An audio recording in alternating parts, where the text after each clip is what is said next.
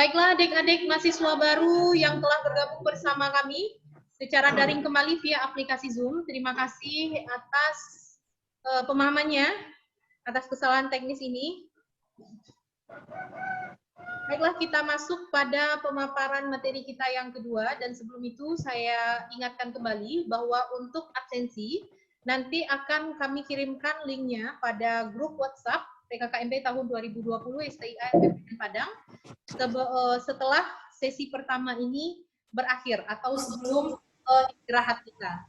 Dan kita kembali demi kelancaran acara kita untuk semua peserta PKKMB tahun 2020 untuk menonaktifkan audionya. Baiklah, tanpa membuang-buang waktu, kita masuk kepada pemateri yang kedua yang akan disampaikan oleh Dr. Andus Arnal Yanwardi, MSI, yang merupakan Ketua Prodi Program Administrasi Publik, yang tentunya akan membahas mengenai profil dan kurikulum administrasi publik dan juga himpunan mahasiswa pada administrasi publik. Dan kembali kami ingatkan bahwa PKKMB tahun 2020 ini bagi peserta yang lulus akan mendapatkan sertifikat, dan juga sertifikat ini dimanfaatkan sebagai salah satu prasyarat untuk mengikuti wisuda nantinya. Dan juga pada akhir sesi ini semua peserta PKKMB diminta untuk membuat resume atau kesimpulan dari pemateri yang telah memaparkan beberapa materinya pada hari kemarin, Jumat 16 Oktober 2020, dan juga pada hari ini 17 Oktober 2020. Baiklah, kepada Bapak Dr. Andus Arnal Yanwardi, MSI, disilakan.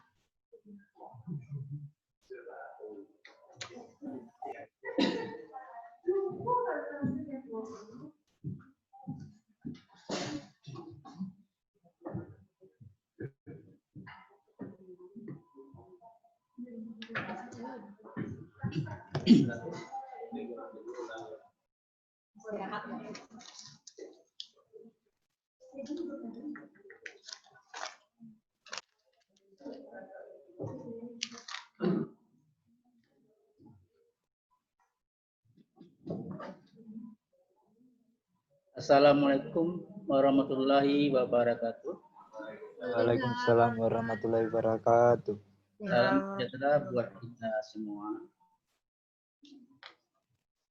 Baiklah saudara, peserta PKKMB, saya ucapkan selamat datang dan selamat bergabung dengan STIA LPPN Padang. Kemudian perlu saya berita informasi, dan juga saya akan memperkenalkan diri saya sebagai salah satu penyaji yang merupakan program studi ilmu administrasi negara atau administrasi publik, tepatnya administrasi publik. Kemudian di sini saya akan memaparkan profil dan kurikulum prodi administrasi publik. Saya yakin saudara bahwa saudara juga mempunyai mimpi gitu. Ya, mimpi sama hanya dengan STIA. Juga ia mempunyai mimpi. Ya, tepatnya adalah jurusan administrasi publik. Ini artinya adalah pandangan ke depan gitu. Ya, ini juga berkaitan dengan target. Ya, sebelum saya paparkan tentang visi, ya, ada namanya visi, artinya pandangan ke depan. Di sini diartikan bahwa program administrasi publik juga mempunyai mimpi yang akan diwujudkan pada tahun 2020. Ya, di sini adalah visinya adalah menjadi program studi S1 administrasi publik ke depan di Sumatera Barat pada tahun 2020. Artinya adalah inilah yang akan diwujudkan. Inilah yang akan dicapai oleh program studi ilmu administrasi publik. Kenapa ada target? Ini adalah keinginan yang akan kita capai. Ini ya kaitannya dengan apa? Dengan visi tadi. Kemudian ada namanya misi. Misi. Ya, misi ya. Artinya apa? Inilah ya apa? Menyelenggarakan gitu. Artinya apa? Di sini dikuatkan dengan atau didukung oleh misi yang artinya adalah adanya 3 tahap gitu. Adanya 3 penyelenggara di sini. Itu apa? Mewujudkan visi dari program studi administrasi publik. Pertama adalah ada penyelenggara gitu. Ya, kalau penyelenggara artinya unsur-unsur yang terlibat di dalam mewujudkan visi tersebut. Ya, ini bisa kita bagi juga 3. Pertama adalah tenaga kependidikan. Kemudian tenaga pendidik. Ya, kemudian dari 2 tadi bisa kita uraikan lagi gitu. Ya, siapa sih yang kita bilang dia tenaga kependidikan? Tidak orang-orang yang terlibat di dalam pencapaian daripada visi daripada program administrasi publik tersebut. Ya, ini adalah tenaga. Pertama adalah ada namanya pustakawan gitu. Ya, di sini apa? Ada 2 orang yang terlibat dalam mengurus atau penyelenggara daripada pustaka adalah ada 2 orang yang mereka adalah tamatan S1 1 orang dan D3 1 orang. Kemudian ada namanya labor. Artinya adalah tempat di mana saudara nantinya ya bagi mahasiswa baru yang akan bergabung dengan jurusan administrasi publik ya ada namanya labor tempat saudara akan mengadakan praktek. Ya di sini juga ada petugasnya atau pegawainya ada 3 orang di mana mereka adalah juga tamatan S1 dan S2. Ya, itulah gambaran yang berhubungan dengan labor. Kemudian ada namanya tenaga administrasi.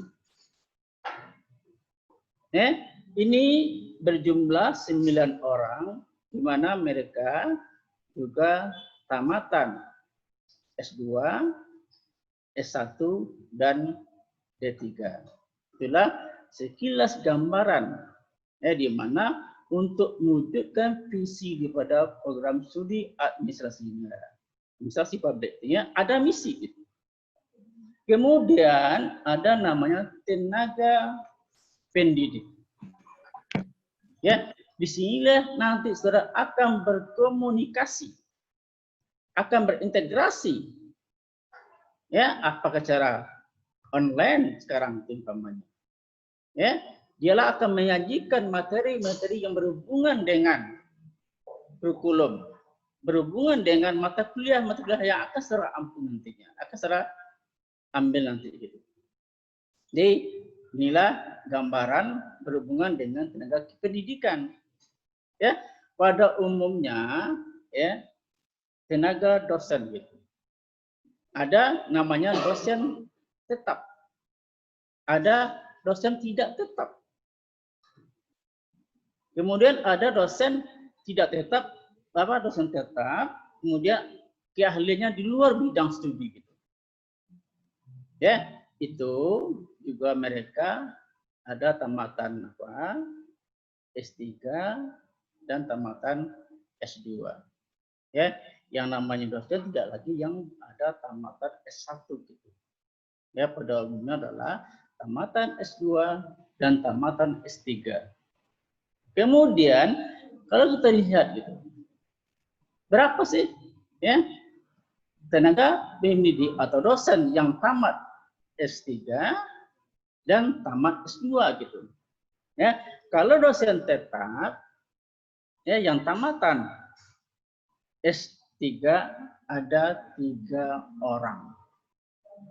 Kemudian yang tamat S2 ada 10 orang. Artinya adalah ada 13 dosen tetap ya yang akan nanti saudara ya akan berkomunikasi dengan saudara gitu. Akan berintegrasi dengan saudara gitu. Ya, inilah 13 dosen tetap jurusan atau studi ilmu administrasi publik. Kemudian ada namanya dosen tetap keahliannya di luar bidang studi. Ya, di sini juga ada 3 orang ya, pada umumnya mereka adalah tamatan daripada S2 ya, itulah. Kemudian juga dosen tidak tetap. Ya, ada berjumlah 2 orang ya yang mereka juga tamatan daripada S2. Jadi ada sekitar 20 orang dosen tetap atau dosen tidak tetap jurusan program administrasi publik. Inilah yang menyelenggarakan gitu, yang mewujudkan ya visi dari STIA. Kemudian kedua ada namanya penelitian dan pengabdian masyarakat. Artinya apa? Di mana dosen beserta mahasiswa bergabung dengan untuk apa? Penelitian dan pengabdian. Ya, di mana ada berapa jumlah ya, kalau kita lihat dari sampai tahun sekarang 2020 sudah ada 33 buah penelitian. Artinya apa? Di sini dosen atau tenaga pendidik diwajibkan untuk mengadakan penelitian dan mengadakan pengabdian masyarakat. Ya, itu makanya dari sekarang sudah berjumlah 33 buah penelitian. Baik diselenggarakan secara personal maupun secara tim. Maupun yang melibatkan mahasiswa maupun yang tidak melibatkan mahasiswa. Ya, kemudian adanya kerjasama. Ini perlu ya, kerjasama perlu diadakan. Kenapa? Karena untuk mewujudkan visi tersebut harus ada informasi-informasi yang kita input dari luar. Itu makanya perlu kerjasama di sini. Ya, program studi ilmu administrasi publik ya sudah mengadakan kerjasama baik itu di instansi pemerintah dalam dan maupun instansi atau perguruan tinggi yang berada di luar negeri gitu. Ya, ini ya kalau kita lihat, kalau kita melihat ke data di mana instansi dalam negeri di mana kita bekerja sama dengan pemerintah kota, pemerintah kabupaten yang ada di Sumatera Barat contohnya gitu. Ya, kita ambil satu contoh di mana kita sudah mengadakan kerjasama dengan Kabupaten Kepulauan Mentawai umpamanya. Ya, Kabupaten Solok umpamanya. Kota Solok umpamanya. Untuk apa? Untuk mewujudkan visi daripada program studi administrasi publik. Ya, itu makanya kita telah mengadakan kerjasama dengan instansi pemerintah. Ya, kalau kita lihat datanya ada 23 instansi pemerintah dalam negeri yang kita mengadakan kerjasama. Kemudian ada namanya kerjasama dengan instansi luar negeri atau universitas luar negeri. Ya, contohnya adalah di mana kita mengadakan kerjasama dengan Universiti Kebangsaan Malaysia. Kemudian Universiti Utara Malaysia. Untuk apa? Untuk pengembangan sumber daya manusia. Untuk apa? Untuk pertukaran mahasiswa antar perguruan tinggi gitu. Ya, itu makanya di sini ya memang yang kita susah gitu mewujudkan daripada mimpi kita. Bisa bilang di saudara tadi, saudara pasti mempunyai mimpi. Ya, mimpi yang mempunyai target.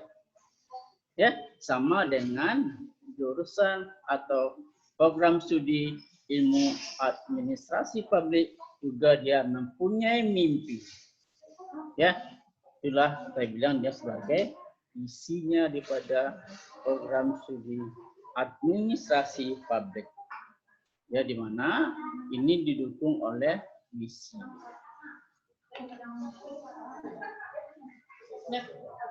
Ya, kemudian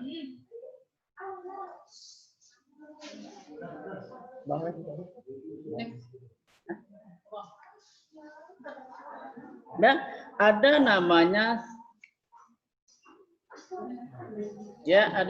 ini ya, struktur organisasi.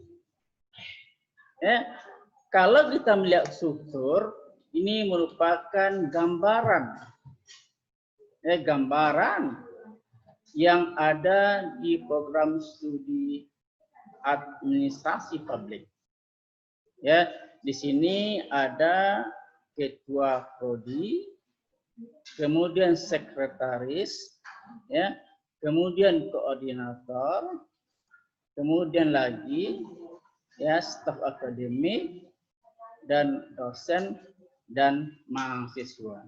Ya, inilah unsur-unsur pelaksana. Inilah unsur-unsur pelaksana daripada program studi administrasi publik. Ya, di sini saya juga dilibatkan gitu ya, diberi kepercayaan untuk ya, menjadi ketua prodi administrasi publik.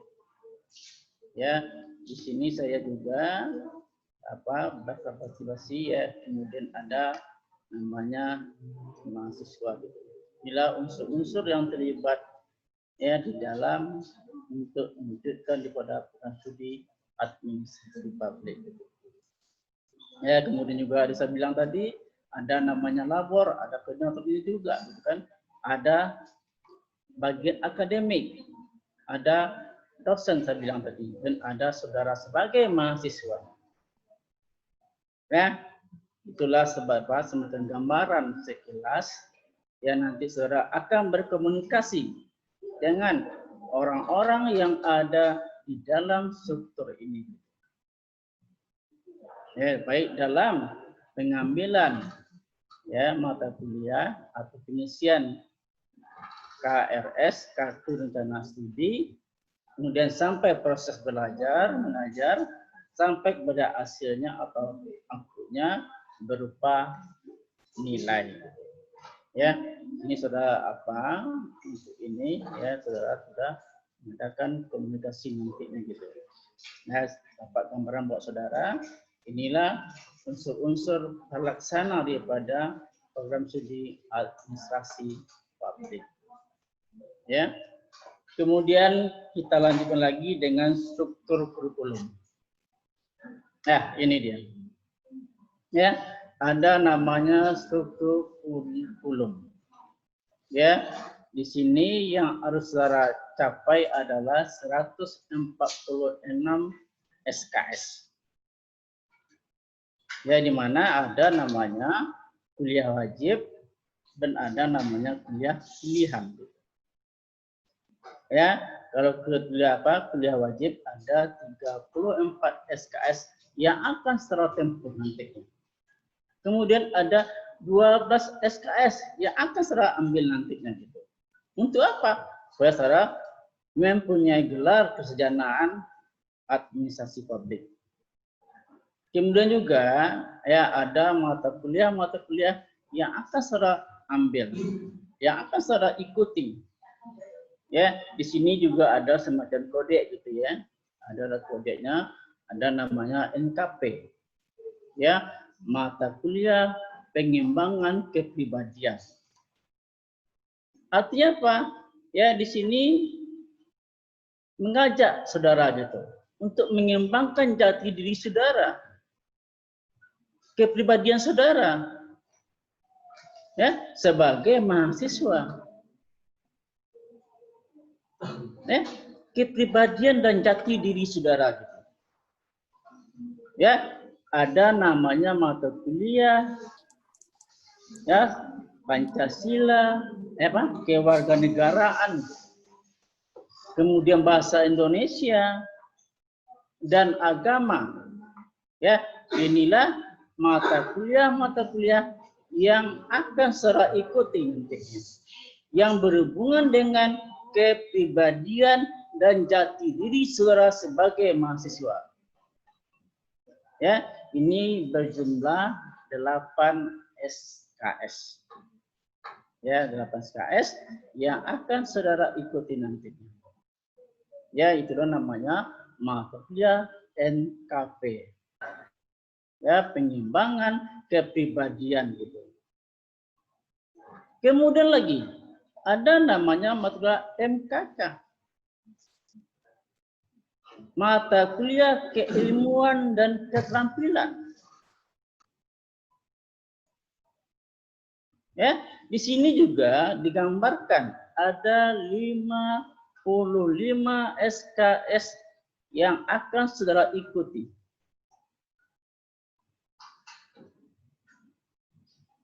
Kemudian timbul pertanyaan, apa sih yang dikatakan dengan MKK tersebut?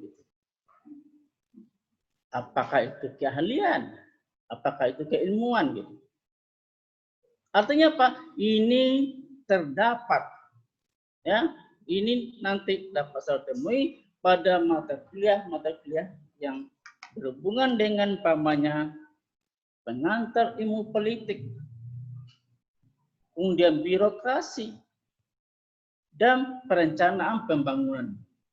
Itulah 3 contoh ya mata kuliah yang berhubungan dengan keilmuan dan keterampilan. Ya, paham saudara? Ya, inilah 5 mata kuliah yang akan saudara ambil. Artinya ada 55 SKS yang telah tempuh nanti.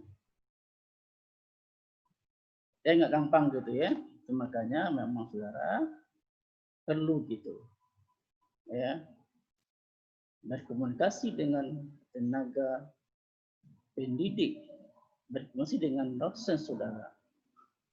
Ya, ini saya anjurkan saya sebagai penyanyi gitu ya.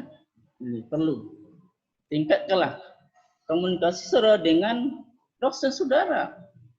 Dosen yang mengampung mata kuliah saudara ambil gitu. Ya, baik secara offline maupun secara online. Kemudian kita lanjutkan lagi, ada MKB. Ya, kuliah keahlian berkarya. Ini. Ya, ada namanya MKB juga. Keahlian berkarya gitu. Timbul lagi pertanyaan, apa sih MKB tersebut? Ya, di sini saudara mengambil 46 SKS. Ya, ini merupakan kajian. menghasilkan tenaga ahli berdasarkan ilmu dan keterampilan yang dikuasai. Ya, ini. Ya, NKB namanya. Ya, apa salah satu contoh gitu? Mata kuliah yang tergolong kepada NKB tersebut ada namanya perilaku organisasi. Nah ini, ya, perilaku gitu. Kita hubungkan dengan organisasi. Ada di sini etika, ada di sini norma, ya, yang namanya perilaku tingkah laku dalam kita berorganisasi. Saudara pasti ya, saya tahu itu. Saudara berada di dalam sebuah organisasi. Di mana saudara mungkin organisasinya kecil umpamanya. Organisasi keluarga. Dia juga punya visi. Jadi bagaimana perilaku saudara dalam mewujudkan visi daripada keluarga yang saudara pimpin umpamanya.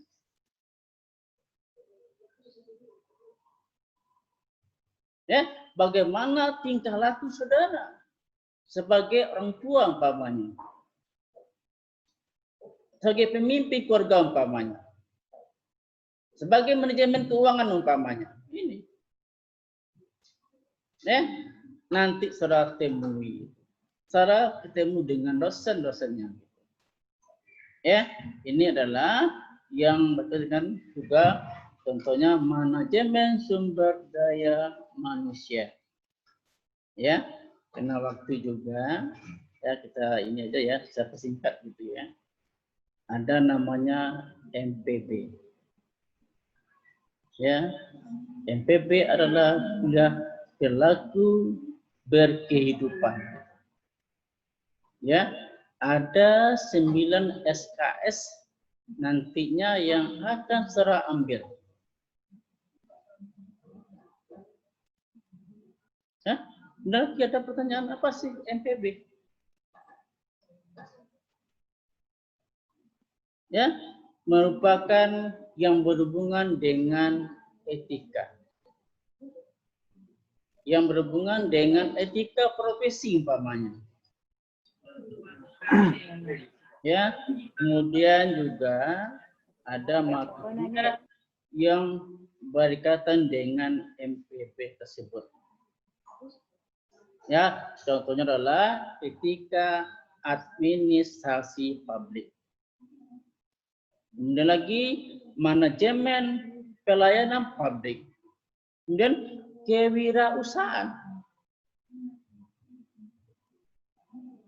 Ya, itulah satu contoh daripada MPB tersebut gitu.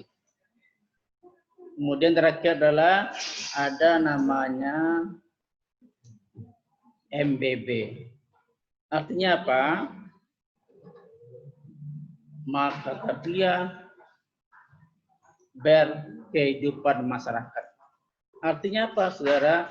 Akan berinteraksi kepada masyarakat, ya, akan berinteraksi dengan masyarakat. Kemudian saudara akan ya bertemu dengan masyarakat. Jadi juga pada program studi administrasi publik ada namanya mata kuliah MBB tersebut. Apa contohnya adalah kayak apa seperti skripsi, namanya seperti magang namanya. Ya, kemudian mulai kita simpulkan daripada paparan tersebut. Ya, ini dapat kita simpulkan ada saudara yang akan diajak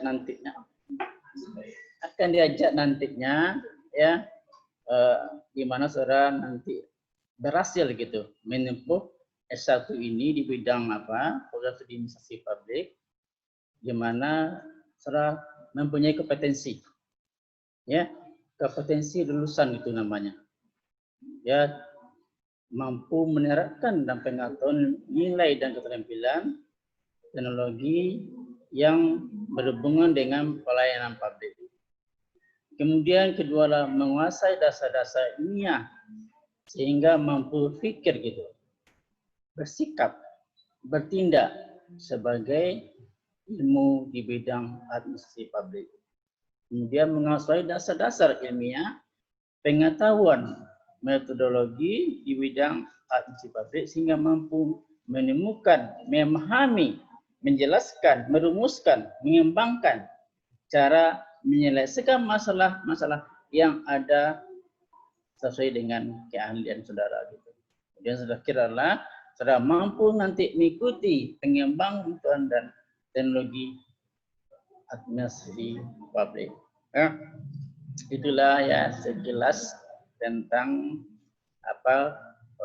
profil dan kurikulum program studi ilmu atau studi administrasi publik.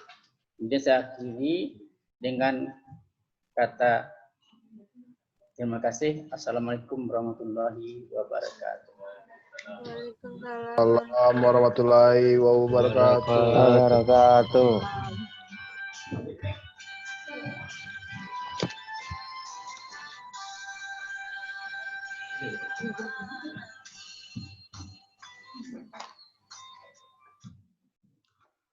Baiklah Bapak Ibu hadirin dan semua peserta PKKMB STIA LPPN Padang tahun 2020. Terima kasih atas pemaparan materinya Bapak Arnald. Baiklah peserta PKKMB semua, kita akan masuk sesi kedua di siang hari ini pada pukul 13.30. Dengan kata lain, jam kita istirahat akan dimulai pada pukul 10.45 ini dan akan kembali dimulai sesi kedua kita dengan dua pemateri lainnya dari Prodi Ilmu Administrasi Bisnis yang akan kita mulai pada jam 13.30 WIB atau jam 1.30 waktu Indonesia Barat siang nanti. Untuk itu kami informasikan kepada semua peserta agar kembali bergabung bersama kami nanti pada pukul 1.30 siang ini. Serta kita juga akan melakukan penutupan acara PKKMB tahun 2020 STIA LPPN Padang pada sore hari nanti. Untuk itu, terima kasih atas partisipasinya pada siang hari ini. Dan jangan lupa untuk bergabung kembali dan juga link absen akan kami bagikan nanti setelah Zoom meeting ini berakhir. Baiklah, akhir kata saya ucapkan Assalamualaikum warahmatullahi wabarakatuh. Waalaikumsalam warahmatullahi wabarakatuh. Warahmatullahi wabarakatuh.